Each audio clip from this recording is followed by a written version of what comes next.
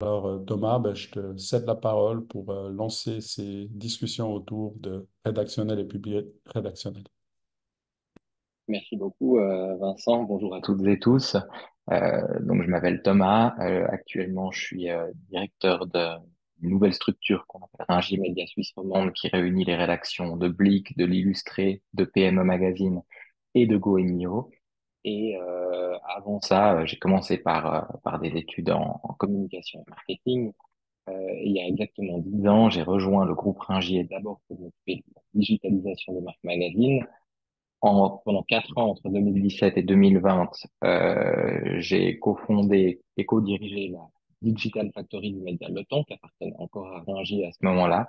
Et à partir de 2020, j'ai cofondé et après ça co-dirigé pendant les 3 dernières années Blick Suisse Romande. Et donc un parcours très Ringier, mais dans différentes rédactions. Et j'ai été amené à beaucoup travailler sur les questions de public rédactionnel, brand content. Ça prend beaucoup de noms différents, hein. On parle de contenu sponsorisé, public rédactionnel, public reportage, native advertising, brand content. Les rédactions utilisent des termes différents. Selon aussi le degré d'implication des rédactions, on peut trouver des termes très différents. Moi, c'est surtout quand j'ai commencé à travailler pour le média Le Temps, début 2017, que je me suis lancé là-dedans parce que donc tout début 2017, janvier 2017, l'hebdo disparaissait, qui était aussi un média appartenant à Ringier, et Le Temps licenciait massivement des journalistes. En tout, entre l'hebdo et Le Temps, c'était 40 personnes qui ont été licenciées. Et avec Gaël Hurliman, qui était rédacteur en chef numérique du Temps à cette époque-là, on s'est demandé comment on pouvait réinvestir dans les rédactions, et notamment dans la rédaction du Temps, tant dans le journalisme que dans les métiers de la communication et de la technologie, développeur web, vidéaste, parce que c'était vraiment le moment où ces métiers commençaient à prendre de l'essor dans les rédactions. En 2017, c'était le lancement de médias comme Brut, de médias comme Tataki en Suisse romande, qui avait vraiment une nouvelle génération qui arrivait. Il y avait des nouveaux métiers qui arrivaient. Et à côté de ça, on avait un business model qui était extrêmement classique, qui reposait en gros, tant pour l'imprimé que pour le numérique, sur les revenus annonceurs et les revenus lecteurs, donc les abonnements. Et les revenus annonceurs, c'était vraiment plus sur de la publicité très classique, donc sur le numérique, ça se matérialisait par des pages vues qui donnaient lieu à des ad impressions, et c'était ce qui générait de l'argent. Le brand content, les publics rédactionnels et les articles sponsorisés, eux ne représentaient à cette époque-là que entre 1 et 2% des revenus sur le numérique et l'imprimé. Donc c'était vraiment extrêmement faible. Et on s'est vite rendu compte avec la rédaction en chef de l'époque que c'était là qu'il y avait le plus à gagner, le plus rapidement, si on voulait vraiment remodeler notre modèle d'affaires et pouvoir réinvestir. Donc on a vraiment utilisé les partenariats avec les marques et les contenus sponsorisés comme un moyen pour investir sur l'éditorial à la base. On s'est mis à construire la Digital Factory, c'était une espèce d'agence interne qui était une agence tant pour le contenu et la distribution du contenu que pour l'interface créative avec les marques pour qu'on puisse concevoir des choses ensemble. Et en 4 ans, ce qui représentait 2% de nos revenus a fini par représenter plus de 30% de nos revenus numériques. Donc ça a été vraiment l'endroit dans lequel on a pu le plus se développer, et on a pu créer au sein de la rédaction du Temps à l'époque une vingtaine de nouveaux postes grâce en grande partie à ces nouveaux revenus. Et sur la vingtaine, en réalité, il y a eu que 2 ou 3 postes commerciaux. Donc, on voyait que c'était vraiment sur l'éditorial et sur les nouvelles technologies qu'on réussissait le plus à investir grâce à ça. On a beaucoup, euh, on a beaucoup tenté des choses. Des fois, on s'est pris aussi de vives critiques. parce que on savait pas forcément comment allaient réagir autant les lecteurs que les journalistes. Et je dirais que au tout début, quand on a lancé les premiers vrais contenus en partenariat, donc quand je parle de contenu en partenariat, c'est des contenus faits par la rédaction, sponsorisés par des marques, donc là où le journaliste est très proche finalement de la marque qui vient soutenir le projet. Et ça, c'était très nouveau à cette époque-là pour les journalistes de la rédaction. Je dirais que le moment à partir duquel ça a été vraiment accepté par une grande partie des journalistes de la rédaction, c'est à partir du moment où on a pu, grâce à des marques, grâce à des partenariats, faire exister des opérations éditoriales qui venaient des journalistes qui n'auraient pas pu exister sinon. Peut-être que l'exemple le plus flagrant, c'est en 2018, on avait délocalisé une partie de la rédaction du Temps à San Francisco pendant 2 semaines, qu'on avait envoyé 15 personnes là-bas.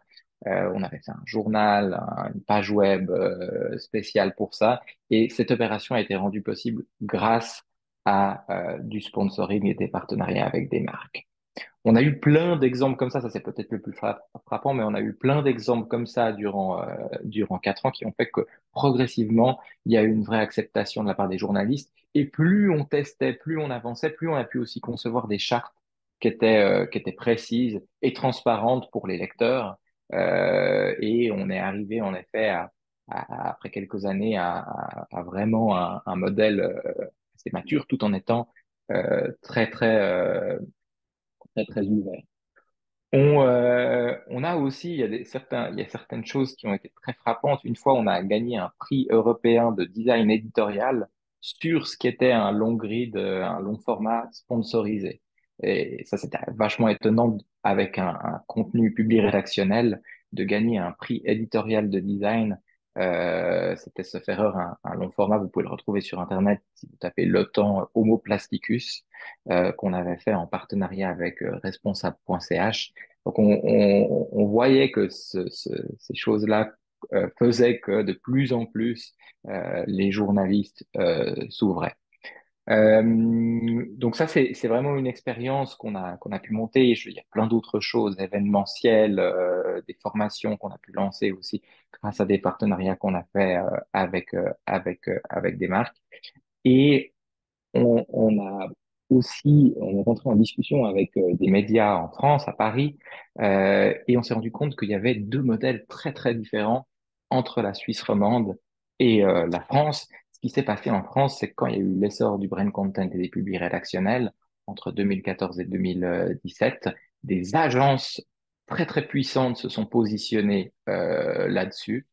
Et en fait, les médias, eux, ne traitaient qu'avec ces agences-là.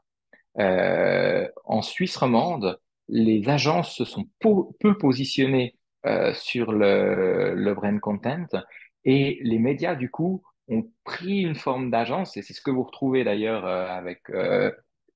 ils ont changé de nom récemment, je ne sais plus exactement le nom, mais Impact Network de ESH Media. Mais maintenant, chez Ringier, on appelle ça le Brain Studio. En fait, les éditeurs eux-mêmes ont lancé des espèces d'agences internes qui traitent en général principalement avec les clients directement et pas forcément avec les agences. En France, ce modèle est très, très différent et j'avais des discussions avec la personne qui gérait le brain content du média Le Monde. Il me disait, ah, j'ai jamais de contact direct avec les clients, je ne traite qu'avec des agences. Donc, on voit déjà que le marché des agences autour du contenu s'est construit différemment en Suisse romande et à Paris. Et bien sûr, les médias ont dû faire beaucoup de pédagogie auprès des clients pour justement les amener à investir sur du contenu.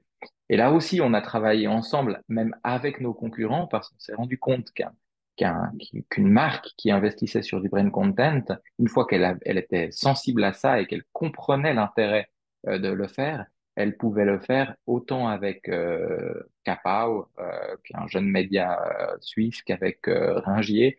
Et en fait, on a beaucoup discuté avec nos concurrents pour savoir comment on pouvait amener les marques à rentrer en discussion avec les rédactions.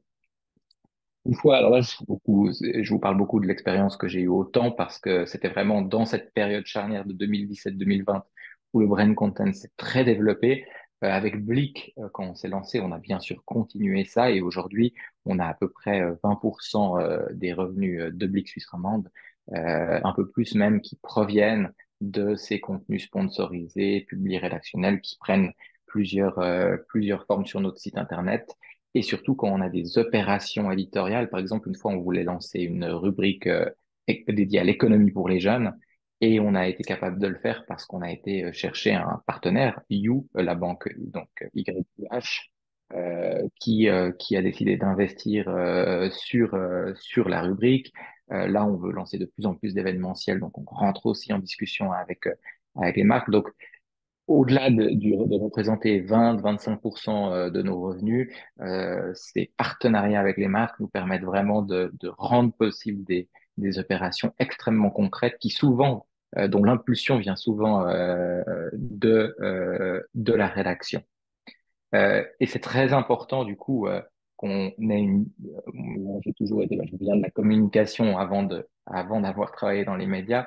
Donc cette ouverture et cette discussion entre les rédactions et les rédactions en chef et les agences ou les régies publicitaires, elle est vraiment cruciale. Je suis persuadé que le lecteur, il se fait la perception d'un média de la part d'un lecteur se fait autant sur le contenu que sur la publicité qui l'entoure. Donc c'est très précieux d'avoir un lien très très étroit. Et nous, ce qui a permis vraiment le développement de ces formats-là, en accord avec les principes de la rédaction, c'est d'avoir des profils hybrides au milieu qui ont une vraie sensibilité éditoriale, mais qui sont capables qui ont par exemple des études commerciales ou qui sont capables de comprendre les besoins des clients. Donc on avait à l'époque des silos on pouvait presque caricaturer les journalistes et les commerciaux. Et de plus en plus, et ça nous a apporté énormément, on a eu des profils un peu plus hybrides qui ont pu créer justement ce pont entre les différentes entités qui composent un média. Donc voilà, je suis parti un peu dans beaucoup de directions, mais c'est pour dire que vraiment entre le modèle le business model d'un média tel qu'il existait avant le brain content et tel qu'il existe maintenant, en tout cas dans les médias qui ont décidé de faire du brain content et de rentrer en discussion avec les marques est très différente. Et chez nous, c'est quelque chose dont on est particulièrement fier. On cherche toujours, puis, euh, puis je pense que pour une marque ou une agence qui doit conseiller une marque, c'est pas toujours facile de savoir quand faire du contenu. On a souvent eu notamment des difficultés avec les médias, avec pardon les marques qui voulaient des retours sur investissement très directs, donc de la conversion.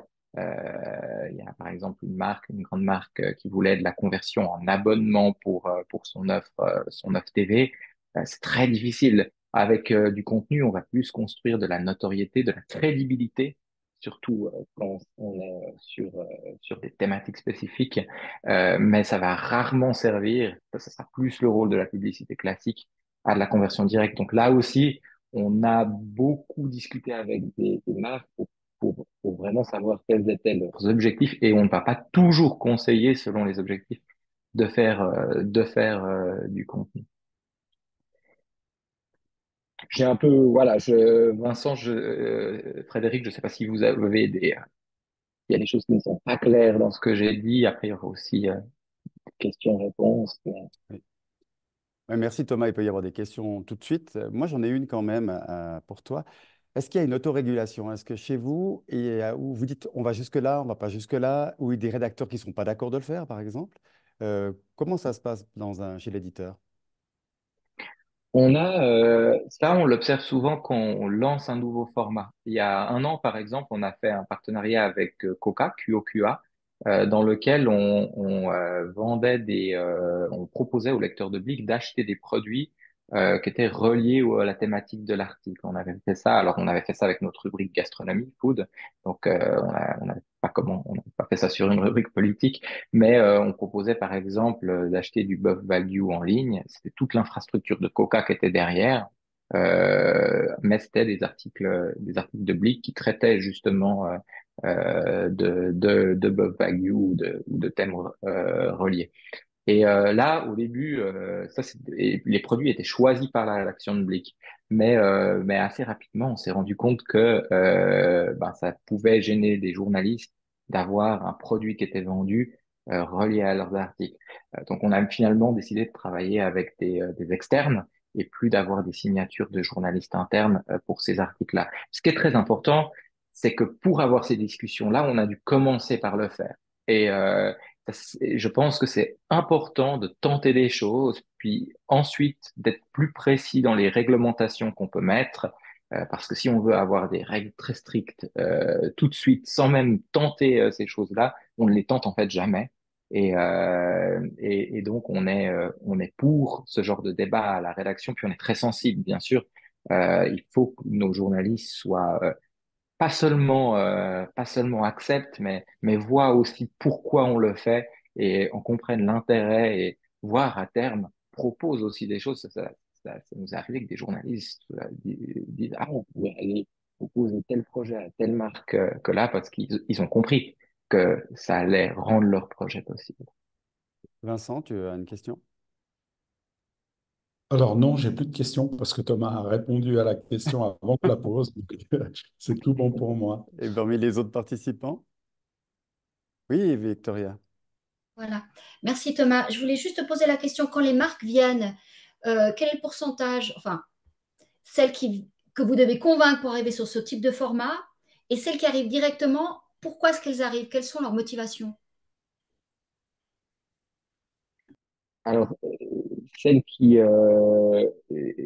arrivent directement, enfin, tu veux le pourcentage entre l'une et l'autre ou Non, mais évidemment, c'était juste pour, je veux dire, c'est la moitié ou c'est aujourd'hui, quand elles arrivent, parce que je comprends bien la démarche qu'il y a derrière, on cherche une crédibilisation avec votre marque, mais je veux dire, sur l'évolution sur ces dernières années, vous avez dû évangéliser, on comprend, mais maintenant elles viennent directement parce qu'elles veulent directement ce format, ou vous devez continuer quand même à convaincre, à proposer ce format. Au lieu de parler du journalisme, mettons-nous du côté des marques. Ouais, on doit vraiment continuer à faire de la pédagogie autour de ça. Je pense qu'aujourd'hui, il y a un bon tiers des marques avec lesquelles on traite qui connaissent, qui savent pourquoi elles font ça, qui viennent avec l'envie de faire ça directement. Il y en a deux tiers qui vont par réflexe plutôt aller sur du format très classique et qu'on va devoir accompagner. C'est pour ça que je disais, souvent d'ailleurs, ceux qui viennent avec l'envie de faire ça, ils le font déjà ailleurs aussi.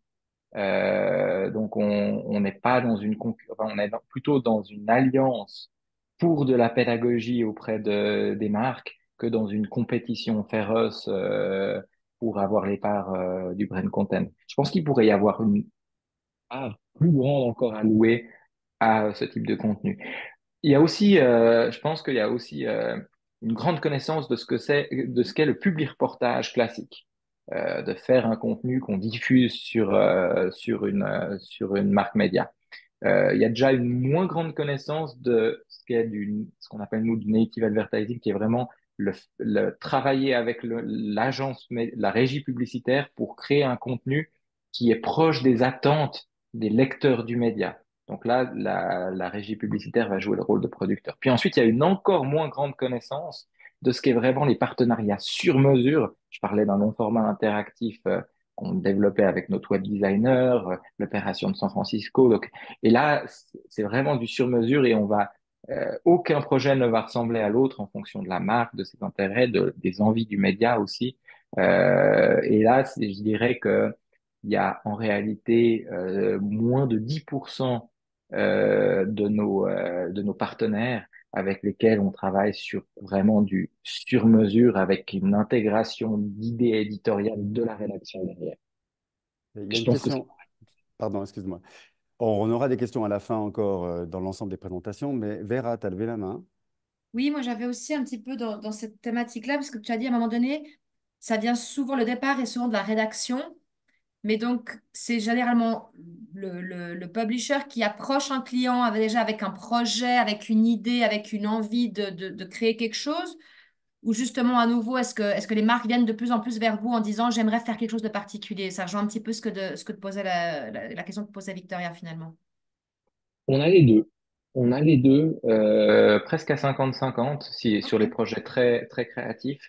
C'est vrai que quand on a un projet, quand on a un projet de la rédaction et qu'on va le proposer à une marque, il faut toujours rester très, très flexible parce ce qui est très rare, c'est de trouver une marque qui dit, ah oui, moi, je sponsorise tel quel, comme si on leur proposait un événement sportif. Ça arrive très peu. En général, on va rentrer dans des discussions, ils vont eux-mêmes apporter des idées, nous on reste très très ouverts, puis au final on va arriver sur un projet qui reste ce que la rédaction a envie de faire, mais qui est en accord avec les objectifs du client. Et donc, c'est 50-50 quasiment aujourd'hui, tu dirais, entre le client qui vous approche ou la rédaction ou vous qui allez vers... Sur les projets très créatifs qui sortent des mandats pour des articles sponsorisés classiques, oui. Ok. Sinon, sur le classique, on est vraiment euh, donc pour les articles sponsorisés classiques que vous trouvez dans nos emplacements publics reportages, la rédaction n'est pas du tout partie prenante. Ok, ouais. Ce qui est bien, parce que ça va faire le lien sur la présentation d'Adélaïde, qui justement est côté régie. Donc, Vincent, si tu es d'accord, s'il n'y a pas d'autres questions, on part sur cette partie de présentation. Alors, Adélaïde, je te passe la parole. Et puis, on Merci. retrouvera Thomas à la fin avec les questions. Bonjour à toutes et à tous. Merci beaucoup pour l'invitation. Oui, alors ça va vraiment dans la continuité de ce qu'expliquait Thomas, ce dont je souhaite parler aujourd'hui. On va être vraiment plus côté produit, côté native ad, côté publi reportage ou, comme on le disait avant, promoted content, sponsored content, enfin voilà, qui peut porter différents noms suivant les médias, suivant les régies. Mais qui, au final, peut être assez similaire. Alors, j'ai une présentation à partager. Euh, hop, voilà, et je viens dessus. Est-ce que ça va pour vous? Ok, super. Alors, donc juste un petit peu pour resituer donc qui je suis et qui est Audience. Donc voilà, moi je fais partie de l'équipe de vente chez Audience. On est une régie publicitaire 100% digitale qui a été créé en 2016 comme spin-off du groupe média NZZ, donc une régie suisse-alémanique dont la plupart, on va dire, des employés se trouvent au bureau qui est à Zurich. Et il y a maintenant 2 ans, a été ouvert le bureau Roman près de Morges pour être vraiment au plus proche de notre clientèle francophone. Voilà, que l'on partage avec aussi NZZ One, qui est la régie print du groupe média NZZ, mais aussi pour Le Temps et Corriere del Ticino. Donc, on a aussi une collaboration assez forte avec le print et avec les rédactions des différents médias avec qui on travaille. Voilà, donc maintenant, notre portfolio est riche d'environ 360 sites présents sur donc, toute la Suisse, ce qui nous permet vraiment d'avoir une portée forte pour nos annonceurs. Donc, au niveau des produits publicitaires que l'on propose, on va avoir les produits assez classiques, le display, le branding, la vidéo. On va aussi avoir des formats qui viennent au sein des newsletters de nos éditeurs. Donc, on a tout un réseau de newsletters. Et puis, on va avoir ces formats dont on parle aujourd'hui, qui sont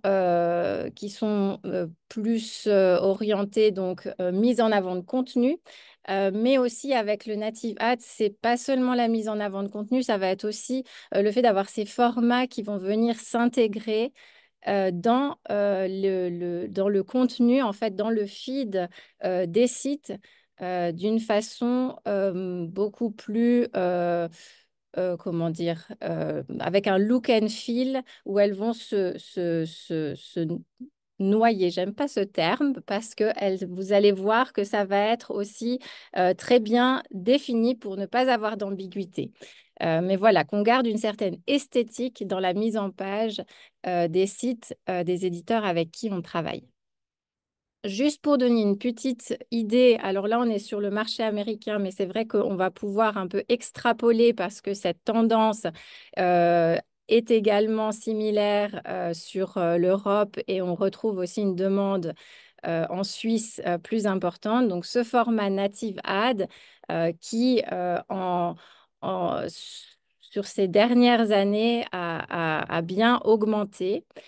La demande augmente de par la qualité de ce format et d'autres avantages dont je vais parler.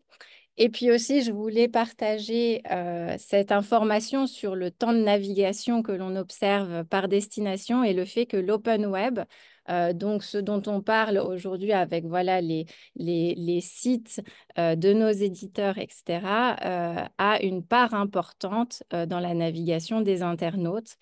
Et c'est vrai que ça permet vraiment de contrôler aussi les univers dans lesquels on va afficher les campagnes publicitaires et d'avoir une diversité intéressante parce qu'on va avoir tout type de sites web, les portails d'information, les blogs, etc. Donc, c'est une vraie richesse de contenu que l'on peut mettre à disposition des annonceurs, aussi bien si on souhaite plutôt aller vers la performance que pour de l'awareness.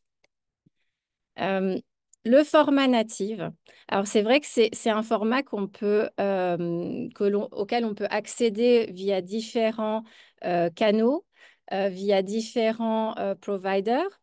Euh, mais tout le monde ne va pas avoir, on va dire, les mêmes guidelines pour la mise en place. Donc là, les exemples que je vous montre, c'est des exemples généraux où l'on voit des formats qui vont parfois avoir une image qui fait un peu le buzz, où on va avoir différentes langues qui vont être mises en avant sur le même site, ou bien on va avoir jusqu'à voilà, 15 ou 20 formats natifs qui vont être mis les uns à côté des autres.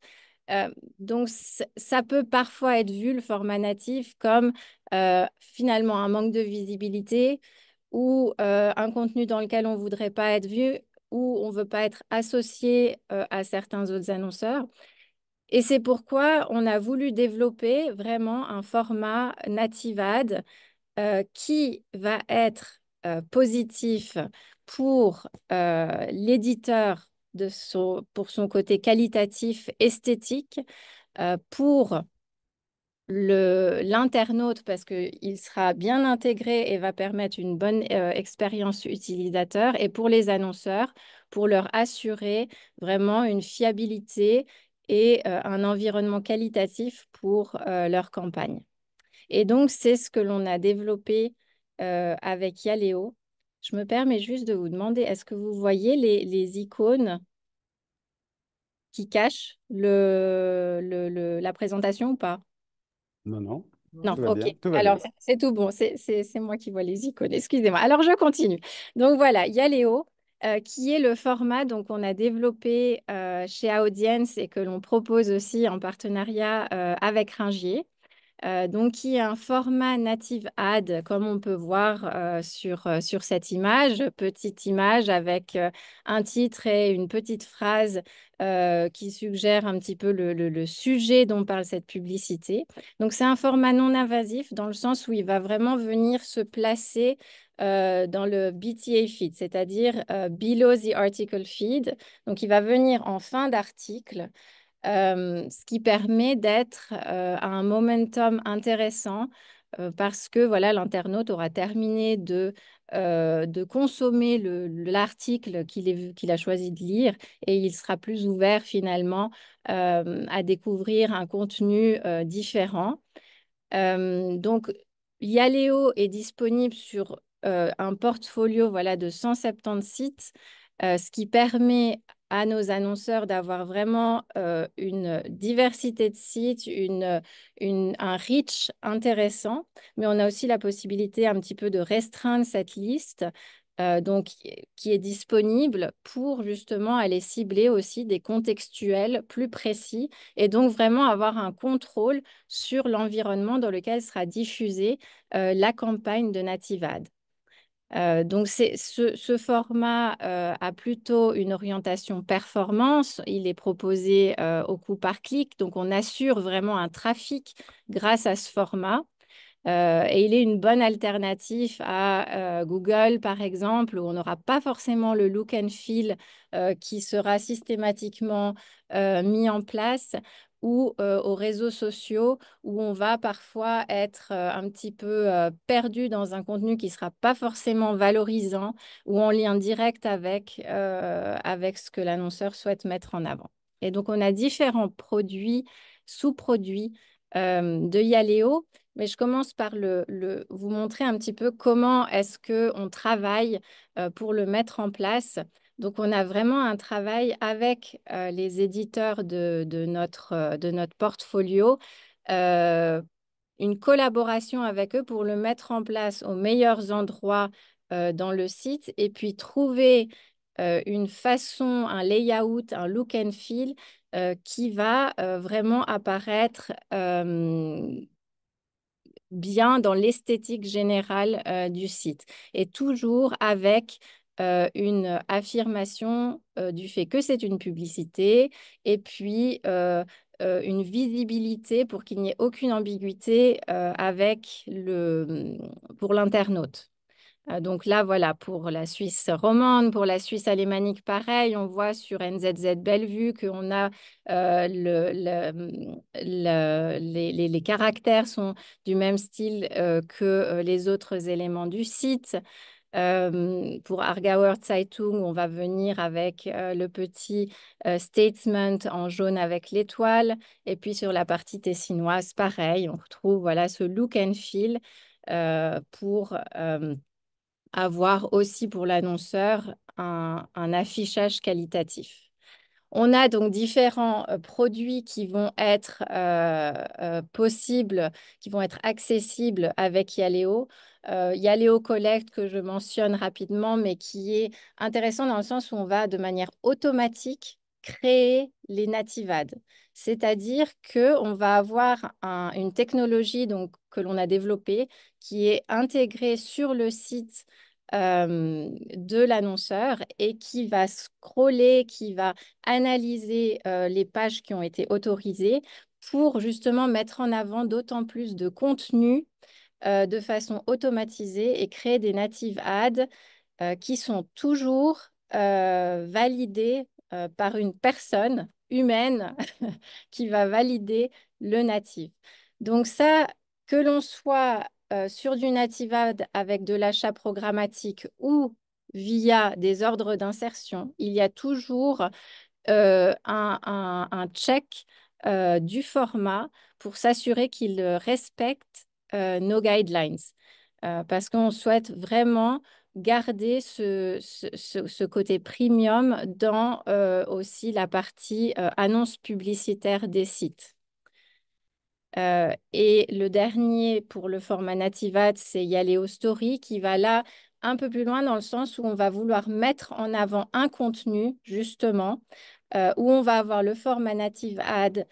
Quand on clique dessus, au lieu d'être redirigé vers le site annonceur, on va être redirigé vers une page créée exprès pour l'annonceur.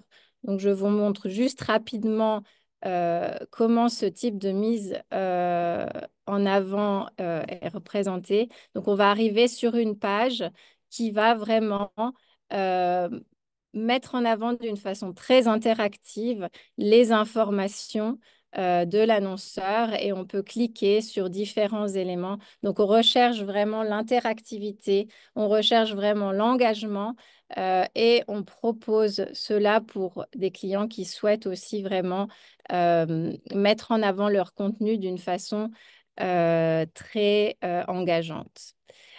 Alors, maintenant, je vais passer vraiment à la partie publi-reportage. après avoir longuement expliqué différentes choses sur le Native Ad. Donc, nous avons deux produits, mais qui sont du public reportage, le promoted content, le sponsored content. Promoted content étant le fait que ça va être l'annonceur qui va rédiger, qui va créer son contenu pour le transmettre, pour le publier sur nos plateformes. Et le sponsored content, où là, on va faire appel à l'équipe content creation de l'éditeur, qui est vraiment une équipe interne qui est dédiée à la production de contenu pour les annonceurs, qui est indépendante de l'équipe de rédaction donc éditoriale, et qui vont vraiment, suite à l'envoi d'un brief par le client, développer un contenu, un article qui sera ensuite hébergé sur le site de l'éditeur, référencé sur le site et donc vraiment faire partie du site comme un article éditorial, mais bien sûr avec des mentions et toute une réglementation entre guillemets autour pour ne jamais avoir d'ambiguïté face à un article éditorial. Ces articles vont être, on va créer de la visibilité sur ces articles grâce donc à toute une activation média, donc une campagne d'activation qui va se mettre en place en parallèle avec différents formats, souvent de type natif, pour créer ce trafic. Donc, on va retrouver par exemple, donc, je vais dans le sens inverse des aiguilles d'une montre. La newsletter ad, donc un format de type native ad, mais qui va venir dans la newsletter ou les newsletters de Le Temps et qui renvoie donc vers l'article. Toujours sur le native ad, des guidelines avec une image de préférence sans texte, sans logo et un titre et un texte avec des nombres de caractères précis, des tailles précises. Enfin, tout est fait en sorte qu'il y ait une apparence esthétique qui soit toujours maintenue pour l'éditeur, pour l'annonceur et pour l'expérience utilisateur aussi. On va avoir des teasers, donc des in-feed native teasers, qui sont en fait des sortes de native ads, mais qui vont venir au sein des articles.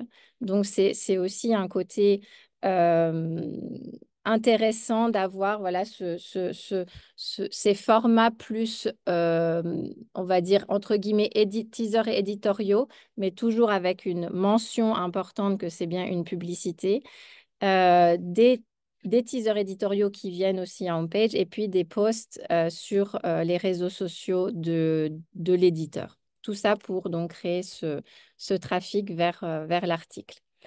Et donc, aujourd'hui, j'aimerais insister sur en fait tout ce qui est mis en place pour justement garder prévenir cette ambiguïté qu'il pourrait y avoir parce que c'est important aussi bien pour le côté éditorial que pour l'internaute qu'il sache ce qu'il consomme comme contenu. Et donc, on a tout un concept. Donc, on travaille en partenariat très proche avec nos éditeurs pour qu'à chaque fois que l'on va mettre en place ces pages où vont être hébergés les articles, qu'il y ait une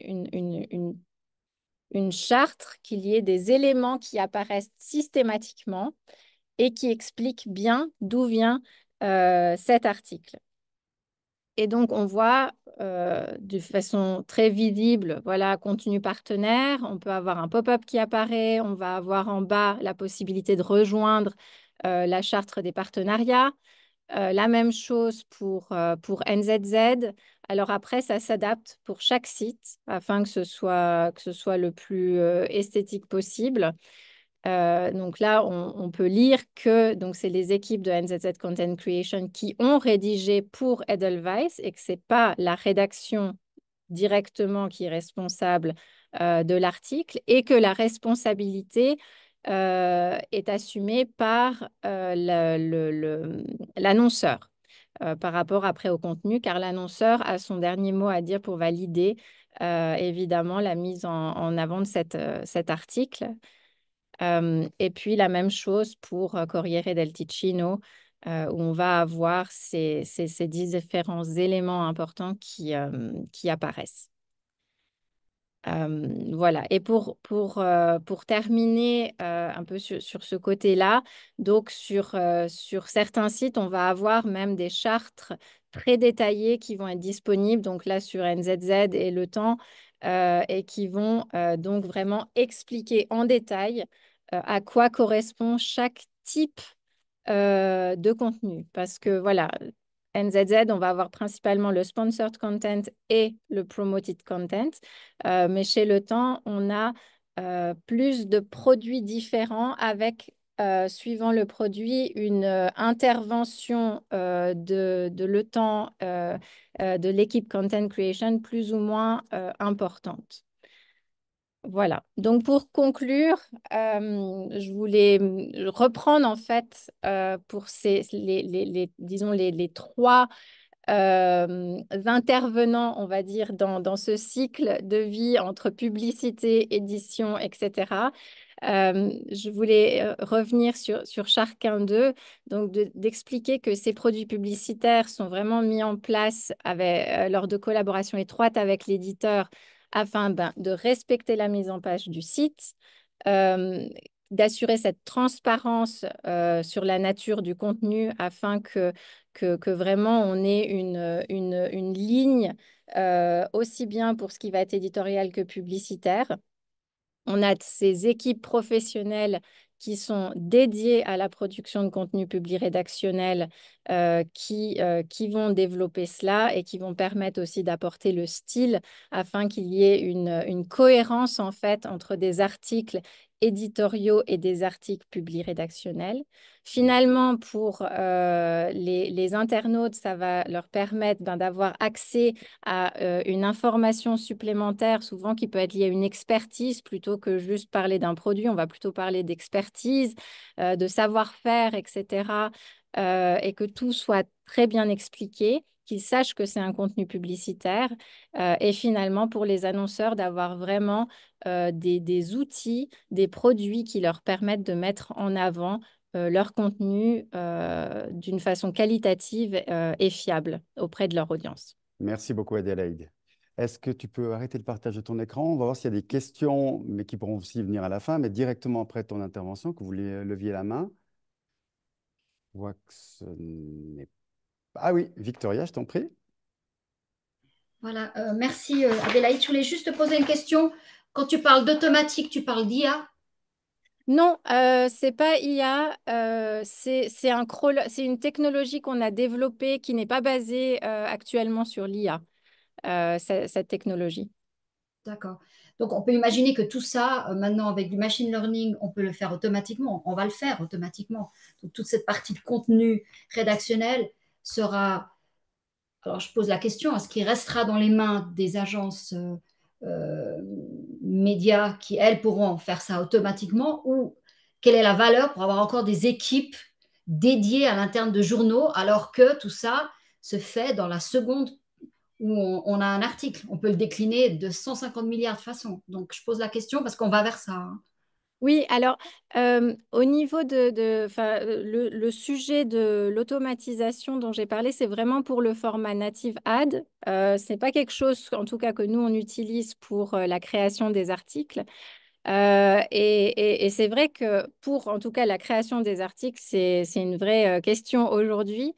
Mais alors, c'est pas forcément à ma place d'évoquer ça, mais c'est vrai que bah, la touche humaine, la recherche d'informations et le fait de vraiment pouvoir mettre ce style aussi éditorial particulier, etc. Et le fait d'avoir aussi cette communication entre les content creation, l'équipe content creation et le client est quelque chose de très important qui n'est pas forcément si facile à mettre en place en termes de contact humain, etc., si on travaille avec l'IA. Voilà, mais c'est vrai que c'est quelque chose à suivre de près de nos jours. Merci. Ben, on va boucler la boucle justement parce que maintenant on va passer la parole à Alexis. Agence, côté RP, côté marketing. Donc à toi la parole pour cette dernière partie de webinaire. Tu n'as pas ouvert ton micro, Alexis. Oui, c'est ça. Voilà, pardon, excusez-moi. Bonjour à toutes et à tous. Merci à Communication Suisse pour l'invitation.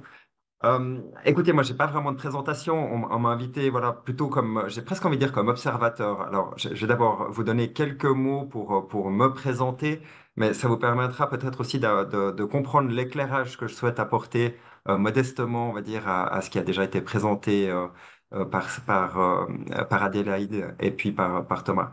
D'abord, vous dire que aujourd'hui, je dirige une agence qui est plutôt issue des relations publiques. On fait aussi de la publicité. Mais je dirais, l'ADN de l'agence, qui a été créée maintenant il y a 25 ans, s'enracine vraiment dans les relations publiques. J'ai présidé après la SRRP, puis co-présidé avec Sida Burstone, donc la Société romande des relations publiques, donc qui est plutôt un univers que je connais bien. Et puis, j'ai envie de vous dire aussi, j'ai 50 ans cette année. Et si j'ai envie de vous dire ça, c'est parce que ça m'apporte un regard peut-être avec un peu plus de recul sur ce monde de la publicité qui a pas mal évolué. Moi, j'ai commencé dans la pub il y a 25 ans finalement. D'abord depuis le marketing. Je travaillais dans un centre commercial, à Balexer pour le nommer. Et puis, ben, nous, on achetait différents types de médias. J'ai envie de dire que le monde d'hier est un peu plus simple. Et je vais refaire le lien avec ce dont on est en train de parler aujourd'hui, et puis avec la thématique de ce webinaire, hein, rédactionnel, public rédactionnel. Ben, finalement, hier, allez, ouais, je remonte un peu, mais on parlait de publicité, donc on achetait des annonces, et puis il y avait du public rédactionnel, et puis finalement toutes les nuances que vous venez d'apporter entre la native advertising, le content, le sponsored advertising, tout ça n'existait pas. Alors qu'est-ce qui fait que je dirais, ces nouvelles offres sont apparues? Bah d'abord, c'est vraiment la question, me semble-t-il, à ma compréhension, finalement, de la recherche, enfin, ouais, de la recherche sur Internet et de l'obligation pour les marques de devenir visibles, donc de créer du contenu. Et moi, c'est ça qui me semble être le plus important, parce qu'aujourd'hui, les marques cherchent à être trouvées finalement relativement facilement, et que la création de contenu et la publication de contenu, je crois que tu le disais tout à l'heure aussi, Thomas, sauf erreur, on publie un contenu sur notre site Internet. Donc, on lui donne de la visibilité et on le rend facilement accessible. Et c'est ça qui est aujourd'hui intéressant. Alors, un des autres points, évidemment, pour nous, et là, je reprends vraiment la casquette de l'agence RP, ben, c'est la crédibilité du contenu. Et dans le public rédactionnel d'hier, cette question de la crédibilité était très forte. Finalement, on n'avait pas tellement confiance dans du public rédactionnel. C'est peut-être aussi la raison pour laquelle vous avez de plus en plus des équipes de journalistes, d'ex-journalistes. Vous parlez de Content Factory chez Ringier, vous parlez d'équipes spécialisées dans la création de contenu. Euh, et je pense que c'est aussi pour amener une qualité supérieure de ce qu'on pouvait voir dans certains travers du public reportage. Euh, voilà, si les métiers des relations médias existent toujours aujourd'hui, ben, je pense que c'est justement parce que on cherche encore et toujours à avoir ce filtre journalistique qu'apportent les rédactions sur le traitement d'une information, avec tout ce métier et puis, je dirais, le professionnalisme du journaliste qui doit contrebalancer les points de vue, qui doit amener un fait avéré et puis recherché. Donc, voilà, on sort quelque part du monde de la publicité, même si malgré tout, nous, en tant qu'agence, on est payé pour faire ce travail-là. Et donc, en fin de compte, on pourrait dire que c'est presque une espèce de contenu un peu déguisé, mais qui est traité, filtré par les rédactions et qui lui donne justement j'ai envie de dire, probablement ouais, une crédibilité, en tout cas perçue, supérieure à ce qu'on peut trouver dans le public reportage et maintenant ces nouvelles déclinaisons que l'on trouve à travers allez, le contenu sponsorisé, le content marketing, etc., etc. Bien que, quand je vois la qualité des contenus qui sont publiés aujourd'hui, j'ai pris chez Ringier les différents case studies que vous avez publiés, on voit maintenant que la qualité devient très forte. Je suis assez étonné par Thomas, par la manière dont vous avez évoqué tout à l'heure la différence entre le marché suisse et le marché français, de la manière dont finalement en Suisse, les rédactions se sont substituées aux agences de communication. Et d'ailleurs, quand vous avez créé cette cellule, moi, en tant que directeur d'agence, j'étais assez surpris en me disant, bah, tiens, on a un média qui commence à s'aventurer sur le chemin de l'agence et à faire du conseil en communication. Et, euh, et on voit que les contenus que vous produisez, finalement, sont de plus en plus, ouais, j'ai envie de dire, au service de la marque, au plus proche de la marque. Et les frontières qui, à l'époque, étaient extrêmement claires entre le rédactionnel et puis la publicité, bah, finalement, tendent à s'effacer. Quand bien même vous avez des chartes qui sont extrêmement précises. Et vous l'avez dit, Adélaïde, voilà, les typographies, les layouts, etc., les templates sont différents, mais voilà, tout ça se mélange quand même de manière je trouve, de plus en plus intégrée. Reste quand même, et encore une fois, je reviendrai là-dessus, la question de la crédibilité des messages. Moi, il me semble que dans le native advertising, je ne sais pas ce que vous en pensez, mais dans ce qu'on trouve comme type de contenu, alors plus sur des sites web qui ne sont justement pas des médias bien établis, mais en général, c'est quand même un peu des publicités dont la crédibilité n'est pas très élevée, quoi. On nous vend des savons miraculeux, voilà, une technologie ou Dieu sait quoi, un truc qui va vous faire repousser les cheveux, enfin, qu'importe, mais euh, donc voilà, il reste toujours un peu quand même ces questions-là.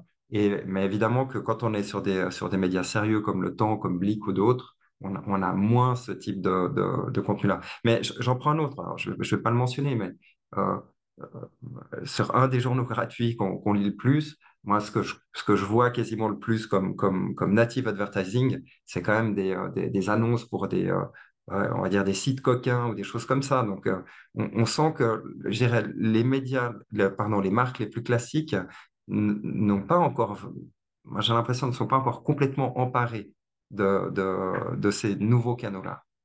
Euh, et puis je termine là. Et puis comme le disait tout à l'heure aussi Thomas, on a l'impression qu'il y a quand même encore une forte méconnaissance de ces différentes offres.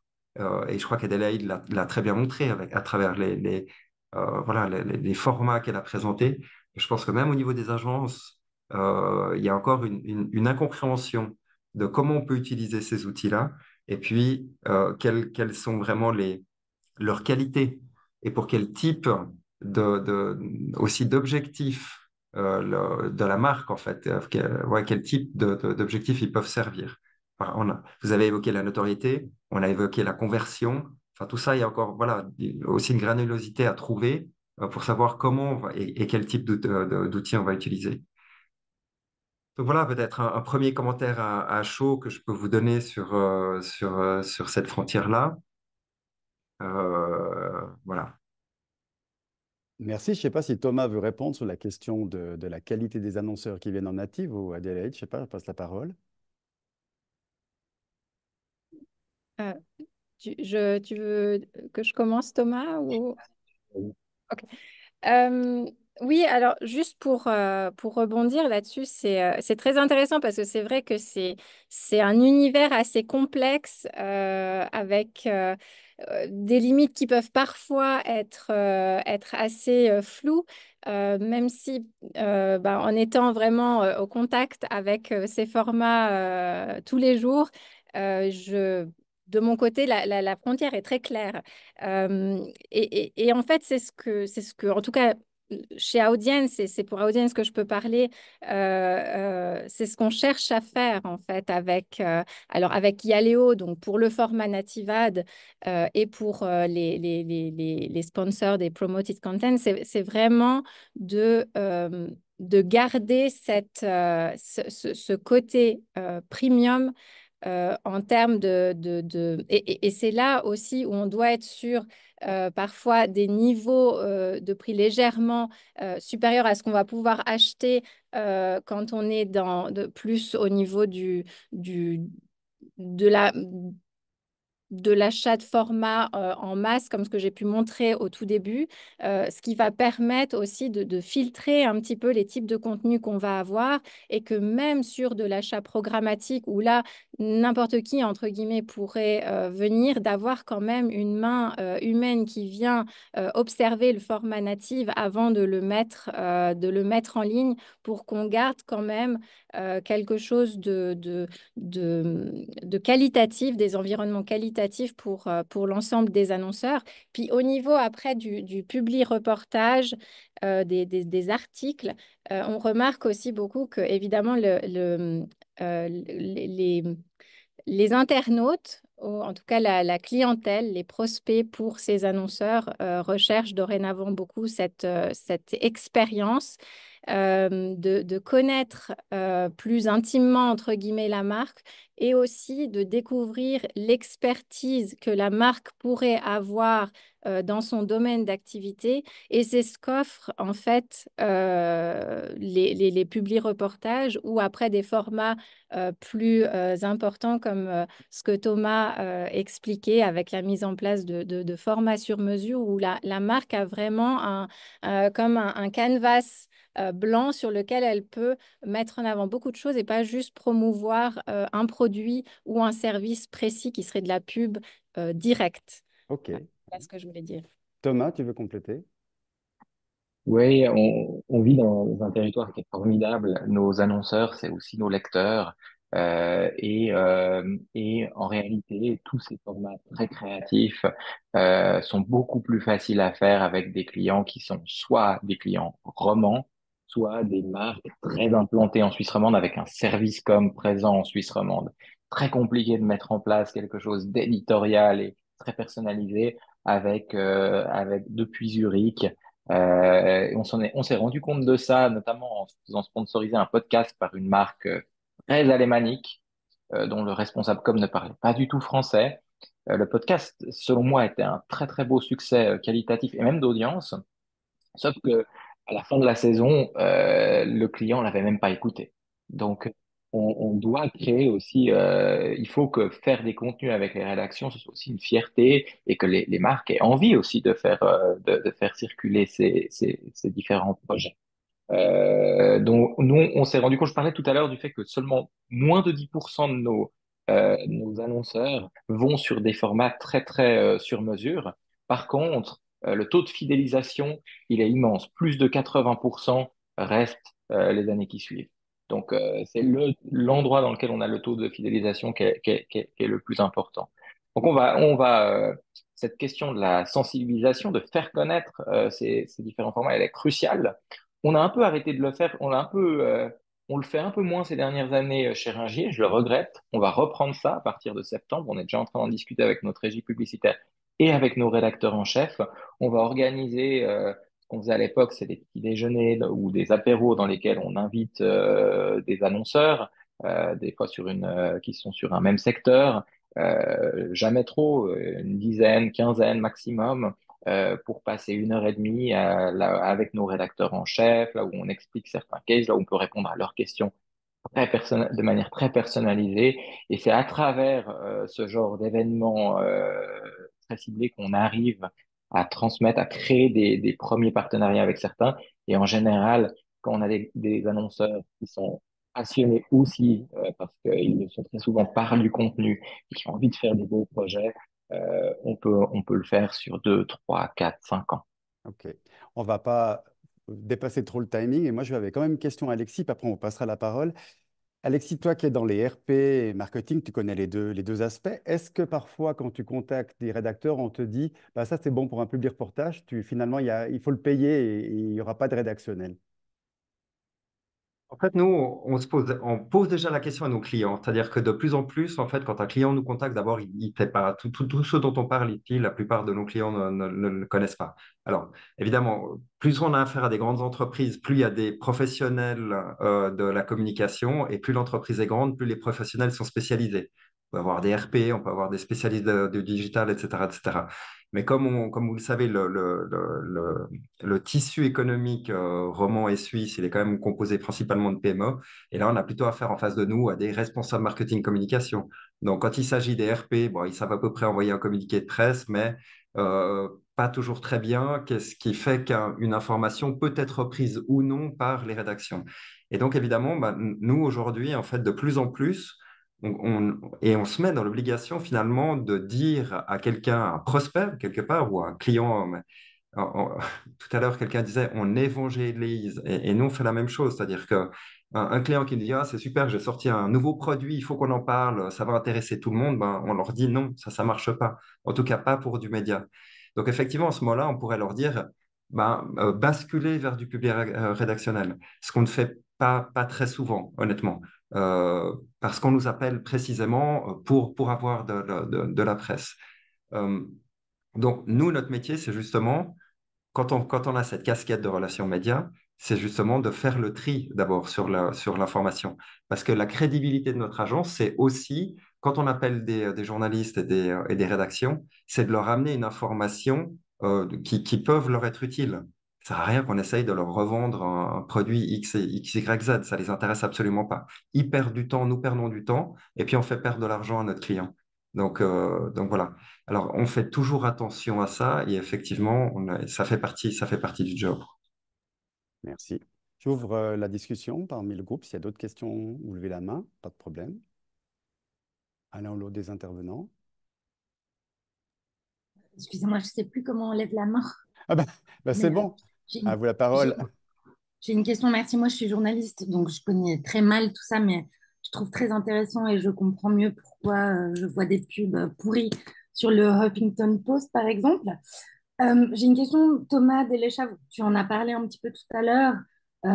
Est-ce que tu peux, ou vous pouvez dire en dire un petit peu plus sur le fait de les clients, ça marche pas forcément quand ils veulent un retour direct, mais comment évaluer qu'une campagne a été réussie alors dans ce cas?